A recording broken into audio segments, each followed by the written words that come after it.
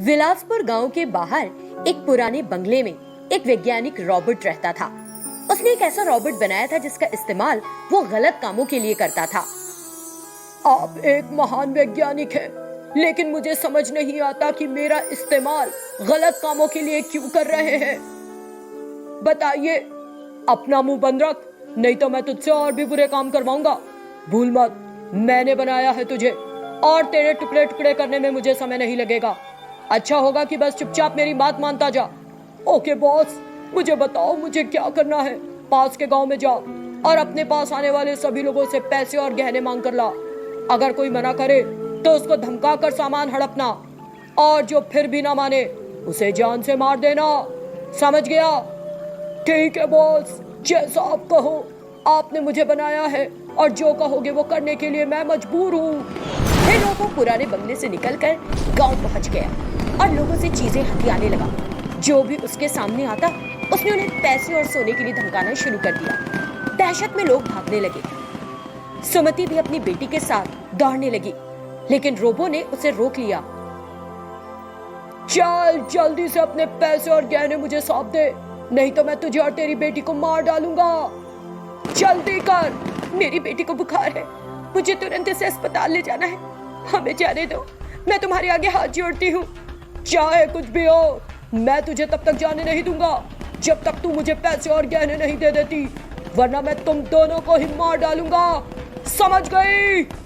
अब रोबो ने सुमति से उसकी बेटी को छीन लिया था और उसकी बेटी डर और दर्द से रोने लगी थी। मैं बहुत गरीब हूँ, मेरे पास मेरे शरीर और खून के अलावा कुछ भी नहीं है, कुछ भी नहीं।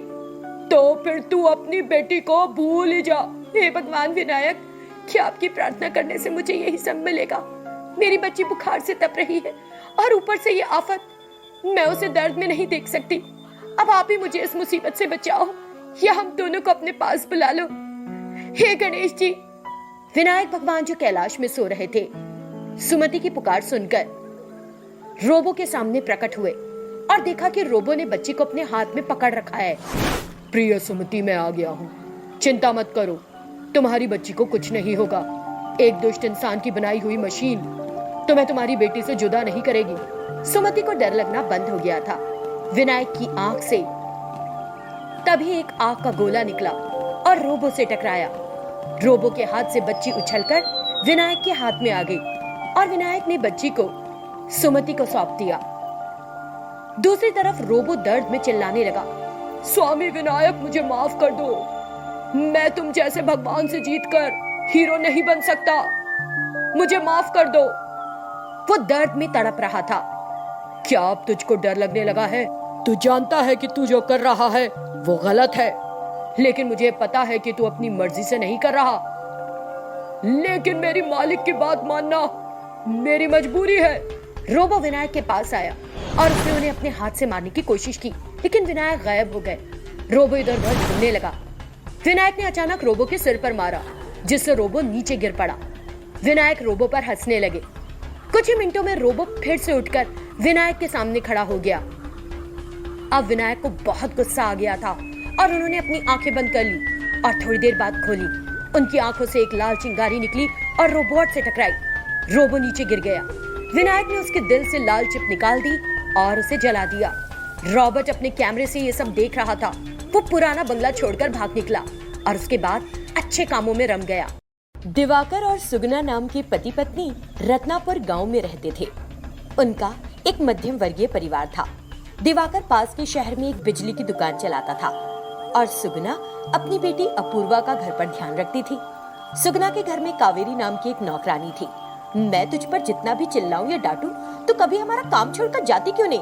अरे दीदी, इन सब बातों से अपने करीबी लोगों के बीच, आए हाय करीबी लोग, ये बोल, अगर तू चली गई तो तुझे 3 समय का खाना, अच्छे कपड़े और पैसा कौन देगा? ये बोल, है ना? सुगना की ऐसी कड़वी बातें सुनकर कावेरी को बुरा लग रहा था। तभी अपूर्वा वहां आ गई और बोली, माँ, मुझे भूख लगी है, खाना दे दो। अपूर्वा डाइनिंग टेबल पर बैठ गई। जैसे ही कावेरी डाइनिंग टेबल की तरफ जाने को हुई, सुगना ने उसे रोक दिया। मैंने तुमसे कहा है कि मेरी बेटी के काम मैं खुद ही करूंगी, तुम्हें दिया गया काम तुम ठीक से कर लो, वही बात है। कावेरी माँ जल्दी आओ, तुम माँ से वहाँ क्या बात करने लग गई?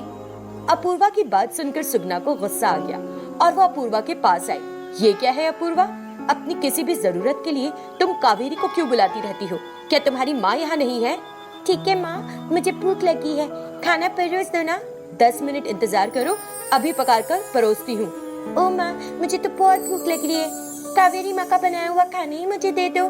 मैं अपनी बेटी को मेरा खुद का बनाया हुआ खाना परोसूंगी। अचानक क्या हो गया माँ? पहले तो मैं कावेरी माँ का पकाया हुआ खाती थी। आज के बाद तुम्हारे सारे काम सिर्फ मैं ही करूंगी। जो चाहिए मुझे बुलाना, कावेरी को नहीं, वो सिर्फ एक नौकरानी है। अच्छा ठीक है, मुझे बहुत भूख लगी है, पीने के लिए थोड़ा दूध ही दे दो। अपूर्वा के बार बार कुछ खाने के देने के लिए कहने पर कावेरी को बुरा लग रहा था। वो खुद को रोक नहीं पाई और अपूर्वा के करीब आ गई। ये देखकर सुगना को गुस्सा आ गया और वो उसे डांटने लगी, यहाँ तक कि उसने कावेरी को थप्पड़ भी जड़ दिया। उसी समय अपनी दुकान पर जाने के लिए तैयार होकर दिवाकर हॉल में आया और सुगना रुक गई। क्यों सुगना, तुम रुक क्यों गई? वैसे भी मेरे लाख समझाने के बाद भी तुम सुधरने का नाम नहीं ले रही। मैं तुम्हारी बात कभी नहीं सुनूंगी। मैंने कई बार तुमसे कहा है कि हमें नौकरानी की जरूरत नहीं। देखो सुगना, मैं बहुत बार कह चुका हूँ और एक बार फिर कह रहा हूँ, कावेरी नौकरानी नहीं है, बल्कि इस घर का हिस्सा है। ये कैसे हो सकता है? मेरे समझाने पर भी तुम मानने वाली नहीं हो। दिवाकर वहां से चला गया। रोती हुई कावेरी अपने कमरे में जाकर सो गई। उस शाम सुगना बगीचे से फूल तोड़ रही थी। अचानक एक सांप वहां आ गया और उसे देख सुगना जोर जोर से चिल्लाने लग गई। कावेरी ने सांप को पकड़कर दूर फेंका, लेकिन उस सांप ने फिर आकर कावेरी को काट लिया और उसकी वही मौत हो गई। दिवाकर चाहता था कि कावेरी का अंतिम संस्कार अपूर्वा करे, लेकिन सुगना नहीं मान रही थी, तो आखिर उसे बताना पड़ा। अपूर्वा, तुम्हारी बेटी नहीं है सुगना, हमारे बच्चे की पैदा होते ही मृत्यु हो गई थी। कावेरी को अपने बच्ची की परवरिश की चिंता थी। मैंने उसके आगे हाथ जोड़कर कहा कि वो अपनी बेटी हमें दे दे, और मेरे बहुत कहने पर वो हमारे साथ एक नौकरानी की तरह रह रही थी। सच्चाई जानने के बाद उसने अपूर्वा को चिता जलाने की अनुमति दे दी। उसने पश्चाताप के आंसू बहाए और अपने घर लौट आई।